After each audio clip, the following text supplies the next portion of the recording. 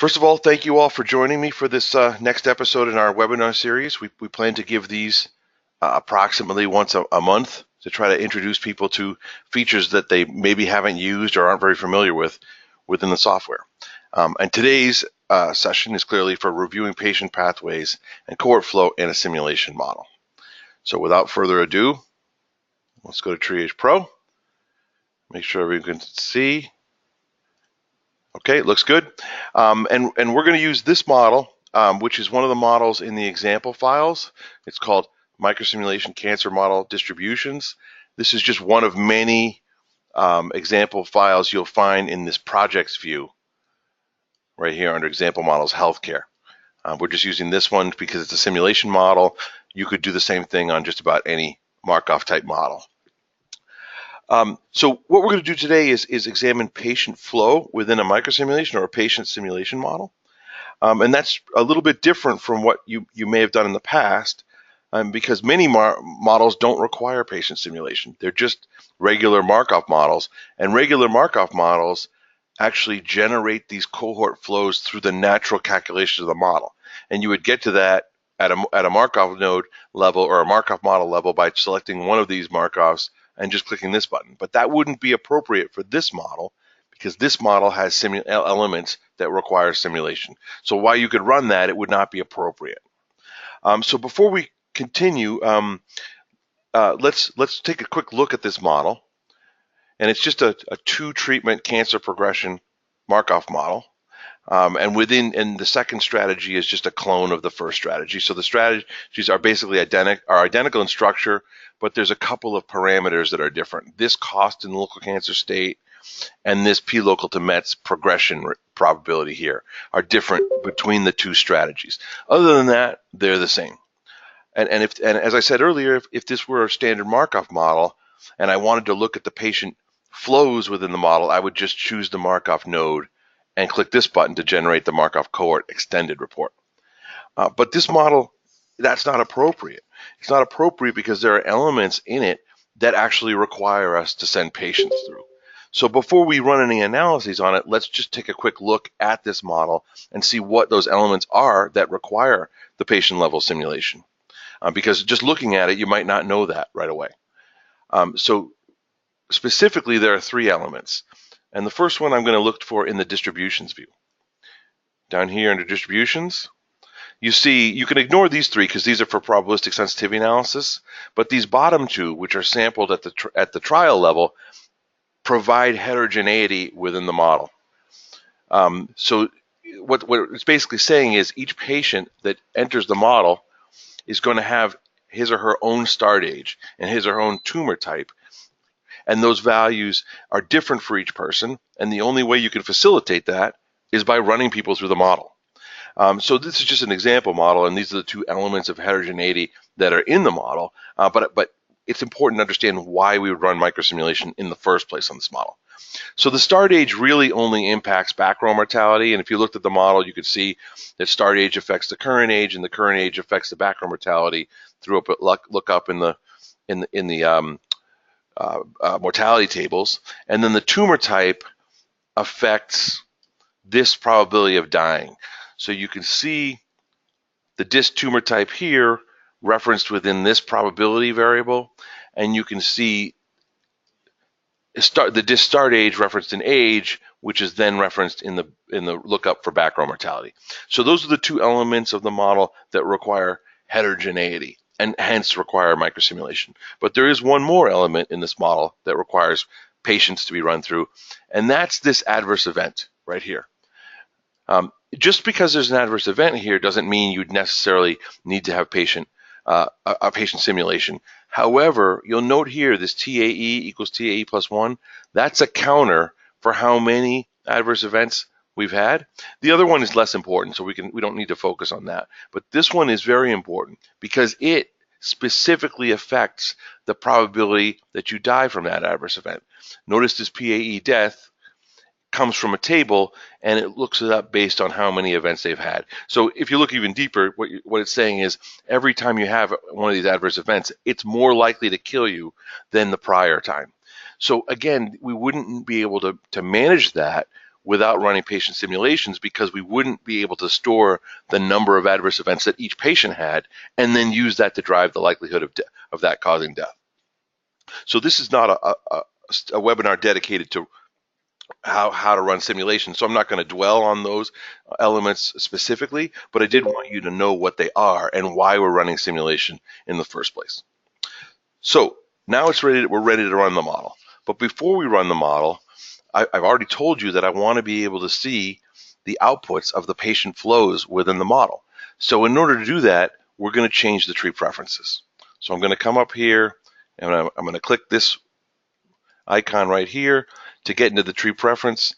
And you may have actually in the past only really been worried about the calculation display options, but I'm going to come down here to analysis settings and specifically time reporting selection. And I'm going to enable time reporting.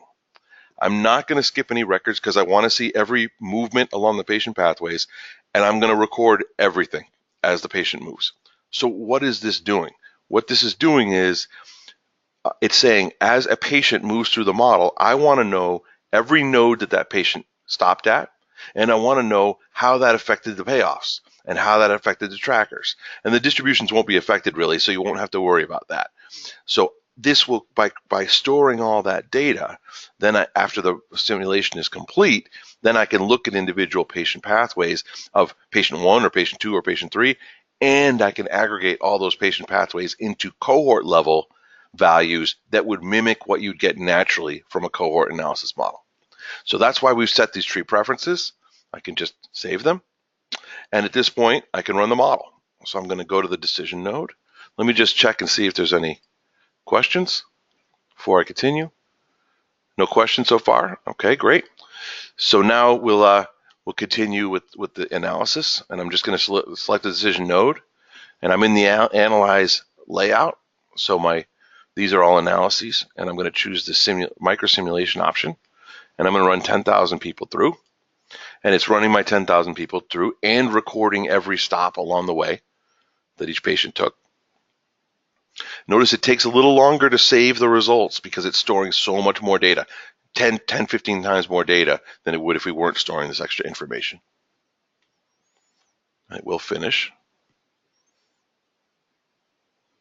This is normal. It's just saving an enormous amount of data. Now, if you may find a case where to get stable results, you might have to run, let's say, 100,000 patients through the model. You probably don't want to do time reporting on 100,000. So even if you want your results to be very stable with a large number of patients, you might, when you're reviewing this data, run with fewer, just so that it finishes and you're not waiting around forever. So this is my simulation data, my aggregated output, and the primary results are the cost, average value per patient for each strategy, and the effectiveness or QALYs, average value per patient.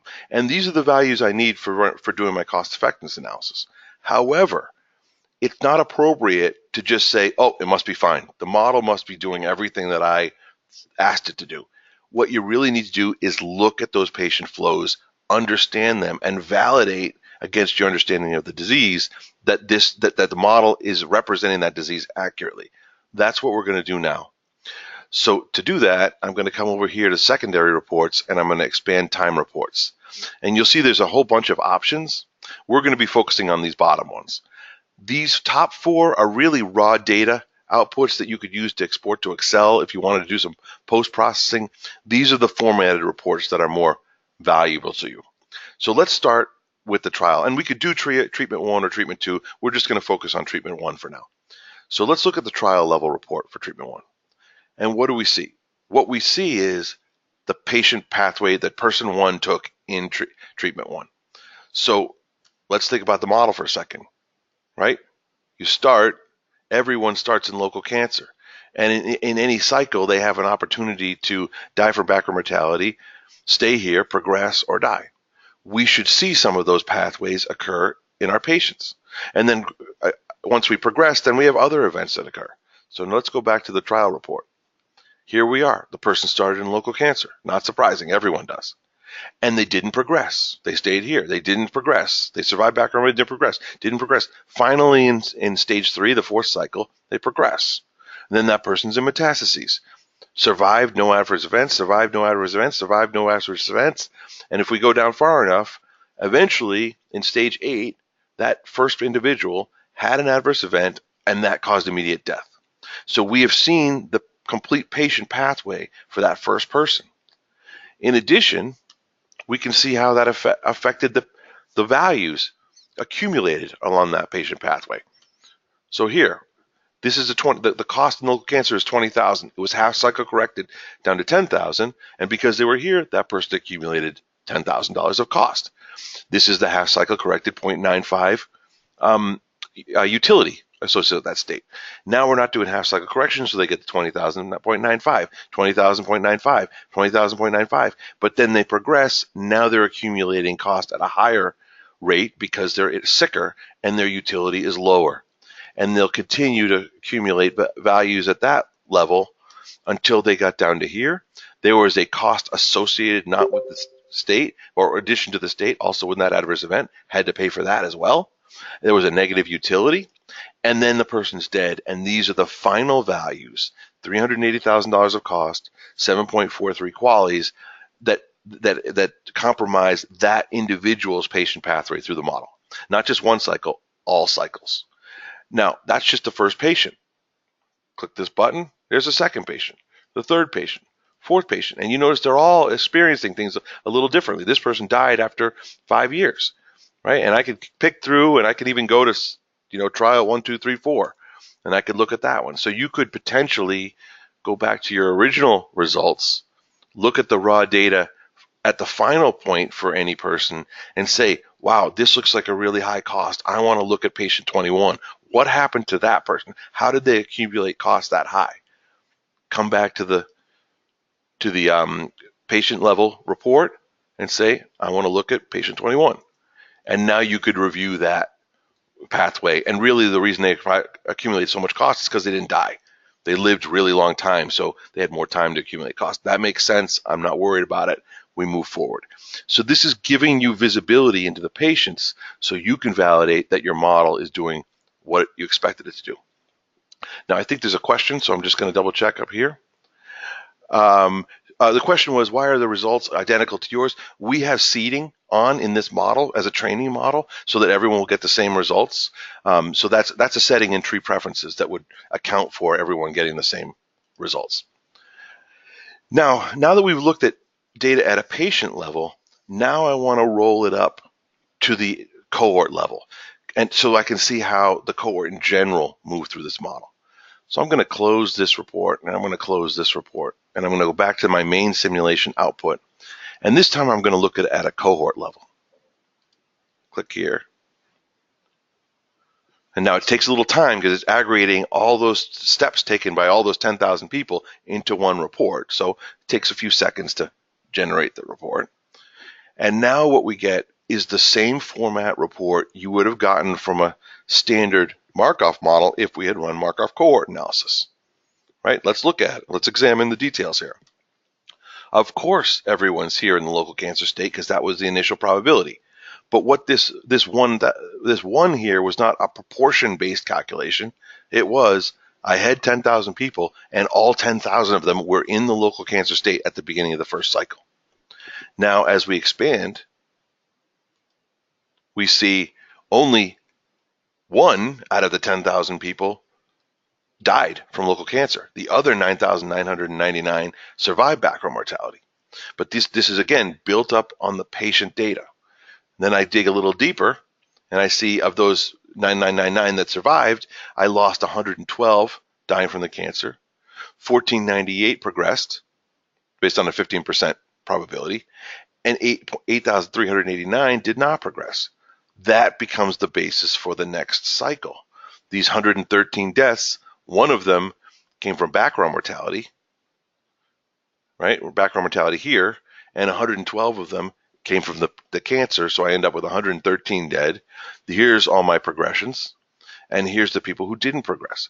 So it's the same format of data that you get from a cohort analysis, but it's been regenerated based on all the patient pathways. So the model required the patient pathways because of the heterogeneity and the tracker for the adverse event, but we still give you the visibility into the way the cohort moved, so you can validate patient flows, let's say against the Kaplan-Meier curve or something like that. In addition, I see there's a question, but I'll get back to it. In addition, we're not only accumulating or showing you the patient flows, but we're also showing you the cost accumulation. So everyone, all 10,000 people accumulated the $10,000 cost, so that's what we get here. But here, 8,389 people were accumulating 20,000 each, but out of the whole 10,000 cohort, on average, it's only this much. So all these cost data and all this utility data and these counters are all based on the patient pathways experienced by individual patients rather than some kind of cohort level analysis. Let me check the question here. Oh, it was just a thanks. Now, if we scroll down to the bottom, and this is true whether we generate it from cohort analysis directly or through the patient pathways, like we're doing here, you can see that the total model was 488,000. But we also can see where it came from. So there were three components of cost. Approximately 110,000 came from the chronic treatment of the local cancer disease at that health state. About 279,000 came from treating people in the metastasis state, and about 99,000 of that cost came from the adverse events themselves. Add these together, we get a total cost of 488,768. We do the same kind of thing, and we have a sourcing for all the utilities, 9.6, and these are the two values that feed back into the primary evaluation of the strategy. I have my second strategy, and now I can run my cost effectiveness rankings with my mean cost, incremental cost, mean effectiveness, incremental effectiveness, ICER. I get an ICER that's below let's assume a $50,000 willingness to pay, so treatment 2 is optimal. But notice I didn't jump right to here. I used these reports to validate that I'm comfortable that these aggregated values are accurate before I went and proceeded to start telling people what I'm concluding from this model. That's that. Oh, a few more things I wanted to show you, although that's the primary results right there, is this cohort level report also provides some secondary reports, like a summary report. This would be something you could dump to Excel. It's an more easily handled 2x2 grid. A couple of the other ones, state prob. This is your membership in state. So it's aggregated the data to show you by adding all the people up and seeing where they are. It creates fractional units, and it will tell you how many people are in each of the states cycle by cycle once it finishes. It's taking a little longer because I hadn't run any graphs yet since I started it. So you can see local cancer, of course, going down.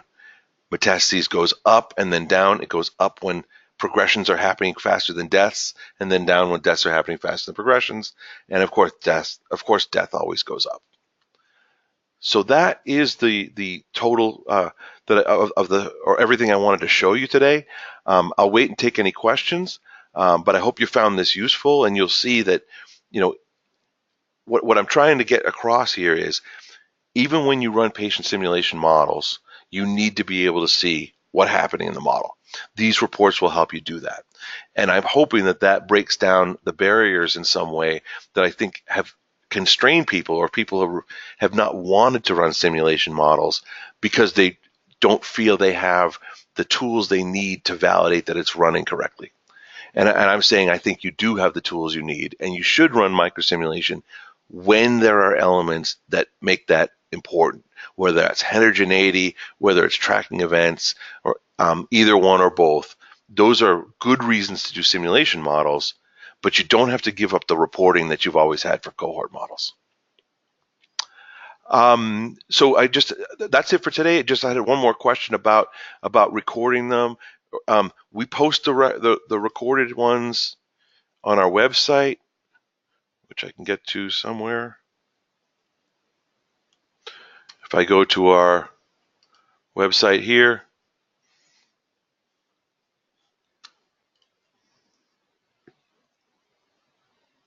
and I go to the main page,